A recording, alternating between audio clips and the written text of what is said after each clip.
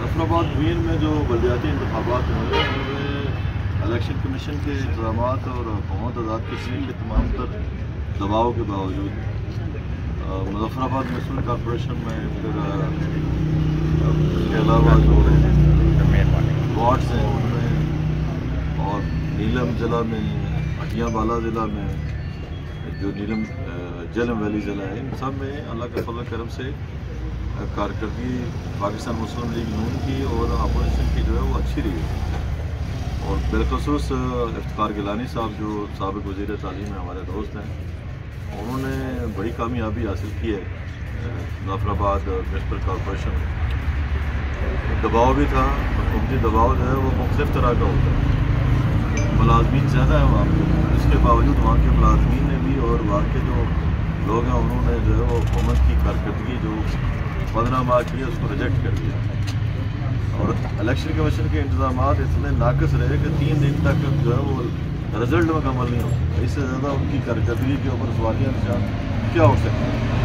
फिर law and order के भी एक दो मसाइल पैदा हुए हैं जो नहीं होने चाहिए थे, जिसका जिक्र नहीं किया वहाँ के साथियों ने, लेकिन मुझे मालूमात है कि कहाँ पे वहाँ पे हालात ख़राब हुए और कहाँ पे उन्होंने जो है वो इंतज़ामिया ने डंडी मारने की कोशिश की।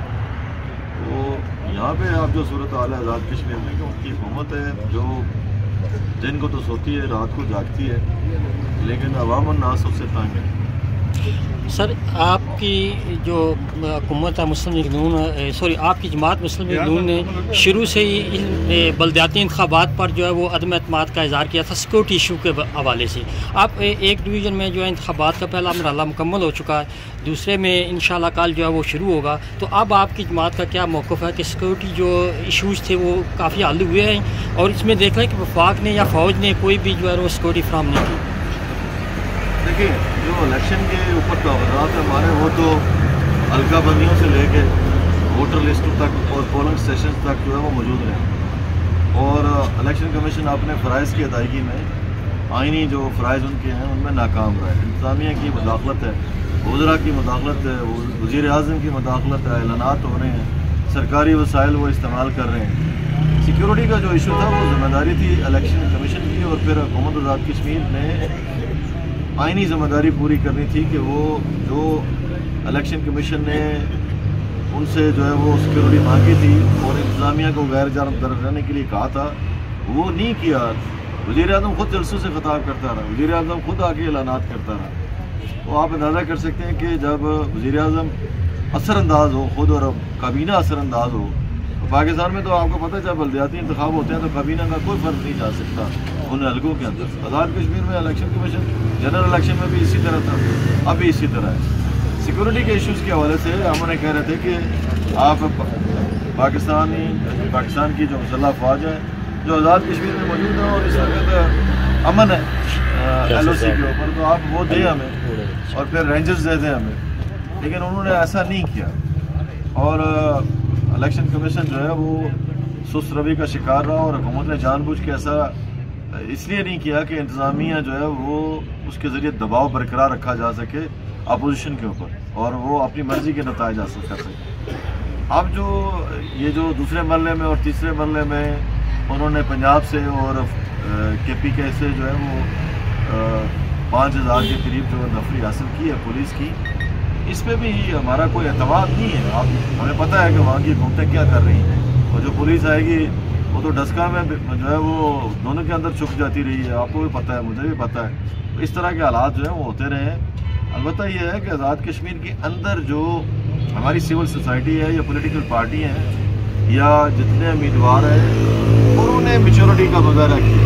इलेक्शन कमीशन ने कोई कमी नहीं छोड़ी, हुकूमत ने कोई कमी नहीं छोड़ी, उनको क्रेडिट नहीं दिया जा सकता। ये लोगों की जानब से और साफियों की जानब से और जो हमारी सिविल सोसाइटी है उसकी जो है मेच्योरिटी है कि उन्होंने कोई बड़ा इस मामले में जो है वो तसादम नहीं होने दिया और लोगों को ये कहते रहे कि आप पुरअमन रहें और इलेक्शन जो है वो कल ख़त्म हो जाएंगे, भाईचारे की फजा को कायम रखें।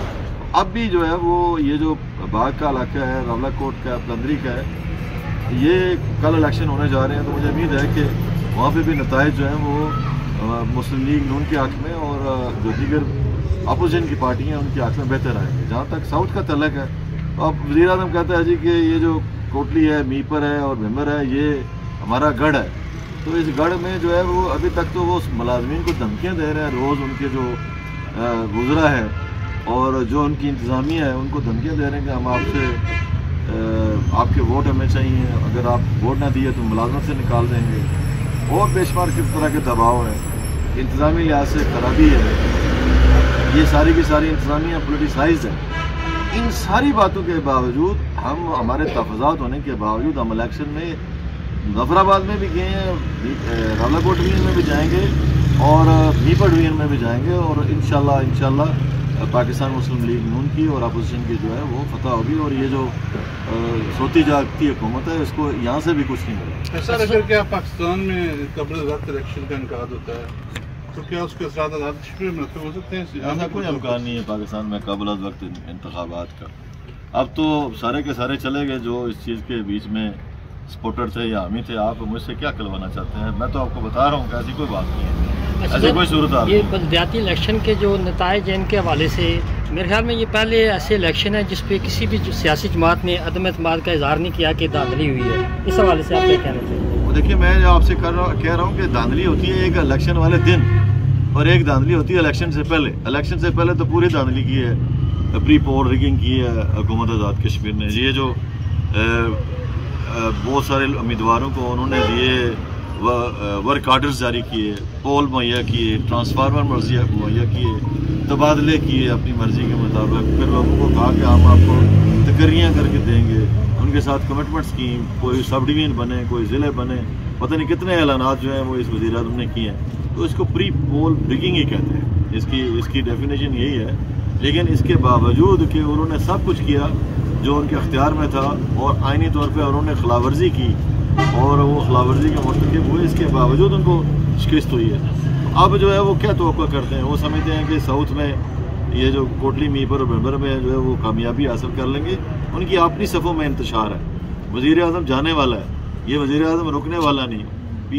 PTI के अंदर से लोग उनको निकालने के लिए तैयार बैठे हैं। तो अभी तो पहले तो हमारी पोजीशन बड़ी क्लियर थी कि हम उनकी जो पार्टी के अंदर को मुदाखलत नहीं करना चाहते थे, ना करनी चाहिए। अब उनकी पार्टी के अंदर से बहुत सारी बातें उठ रही हैं और उनका जो सीनियर वजीर है वो मुजफ्फराबाद शहर आ रहा है, तो आप अंदाज़ा लगाएं और कितने आ रहेंगे इंशाल्लाह। ऐसा क्या वजह है कि आज़ाद कश्मीर में बहुत से जगह जिला में ऐसा हुआ है कि नून लीग ने बाद उम्मीदवारों को टिकट जारी नहीं किया, उन्होंने दिए नहीं और आज़ाद सीट में उन्होंने इलेक्शन में कंटेस्ट किया है। इसकी वजह क्या जमात का भी फैसला था या उन लोगों का खुद ज़ाती फैसला? देखिए, ये जो इलेक्शन है ना, बलदियाती इलेक्शन, ये बुनियादी तौर पे निचली सतह पे मुनक्कद होते हैं और आपको पता है मुजफ्फराबाद डिवीज़न में तो रावलाकोट में तो खैर जमाती सिस्टम ज़्यादा मजबूत है। तो साउथ में ये जो हमारा मीपर डिवीज़न है इसमें जमातें इतनी अभी स्ट्रॉन्ग नहीं हैं और उसकी कई वजूहत हैं, मैं अभी बयान नहीं करना चाहता, क्योंकि यहाँ पे लोग पार्टियाँ बदलते रहे, पार्टियाँ बदल के उन्होंने लोगों को मफदाती ग्रुप में अपने आप को भी शामिल कर लिया और लोगों को भी उसी डगर पे चलाने की कोशिश की। तो मेरे जो असेसमेंट है कि मैं खुद इसी निज़ाम के ज़रिए आगे आया हूँ निचली सतह पर जब इलेक्शन होते हैं तो कोई बंदा जो है वो तल्लक की वजह से, कोई बिरादरी की वजह से, कोई इलाके की वजह से, कोई जो है वो इस वजह से कि पार्टी जो है वो कंपैरेटिवली बेहतर है, कभी कोई समझता है कि फलां उम्मीद किरदार के हवाले से बहुत बेहतर है, तो लोग इस हवाले से भी जो है वोटिंग करते हैं। तो इस वजह से जो है वो बहुत सारे इलाकों में बाज़ उम्मीदवारों ने टिकट लिए, बाज़ लोगों ने टिकट जो है वो उसको मुनासिब नहीं समझा, और हुकूमत का दबाव भी था बहुत सारे लोगों के ऊपर के वो उनके जहन में यह था कि हमें सारे लोग वोट जब दे रहे हैं तो हम किसी एक पार्टी का टिकट लेके ना आए। लेकिन बहुत सारे ऐसे हमारे उम्मीदवार हैं जो मुस्लिम लीग नून के हमायत याफ्ता हैं। जब आप रिजल्ट देखेंगे तो आपको अंदाज़ा होगा कि उसके क्या नताइज बरामद हुए। सर एक सवाल हल्का नंबर 2 के हवाले से कि यहाँ पर हम देख रहे हैं कि हल्का नंबर 2 की जो मुकामी क़यादत है उनमें आपस में काफ़ी जो है वो इंतशार का हो रहा है। जो आपने कमेटी बनाई थी टिकटों की तकसीम के हवाले से, उनका भी कोई एक ऐसा इजलास सामने नहीं आ सका जिसके बाकायदा मीडिया पे तशहीर हुई हो। तो इस हवाले से मैं समझता हूँ कि आपने थोड़ा सा लेट नहीं कर दिया कि आपका दौरा पहले होता तो आपस में जो मुकामी क़यादत उनको मिल बैठने का मौका फराहम करती है। देखिए, हमने तो अपने कारकुनों को मौका दिया है कि अपने मामलात वो खुद समेटें, इतना बाख्तियार बनाया अपनी तंजीमों को, अपने कारकुनों को, और जो उन्होंने कहा पार्टी की मरकज़ी तंजीम ने माना है। हमने को ऊपर से जो है वो जो पार्लिमानी बोर्ड है वो मुसलत नहीं किया, यहीं पे लोगों को मौका दिया है। कुछ जगह इंतशार है, हमें भी पता है ये चकसवारी के अंदर मुश्किलात हैं पार्टी को डिसिप्लिन के एतबार से, नज़्म ज़ब्त के एतबार से। आहिस्ता आहिस्ता जब इस इलेक्शन से गुजरेंगे या इससे अगले इलेक्शन से गुजरेंगे ठीक हो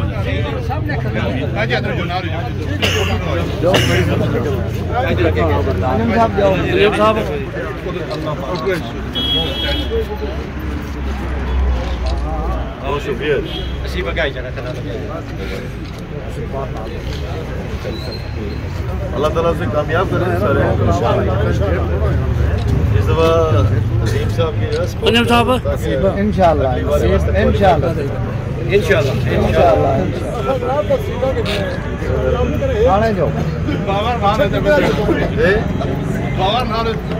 डर लगे इलेक्शन जो है जरूर इलेक्शन से कोई मार्च अप्रैल में आ जाएगा।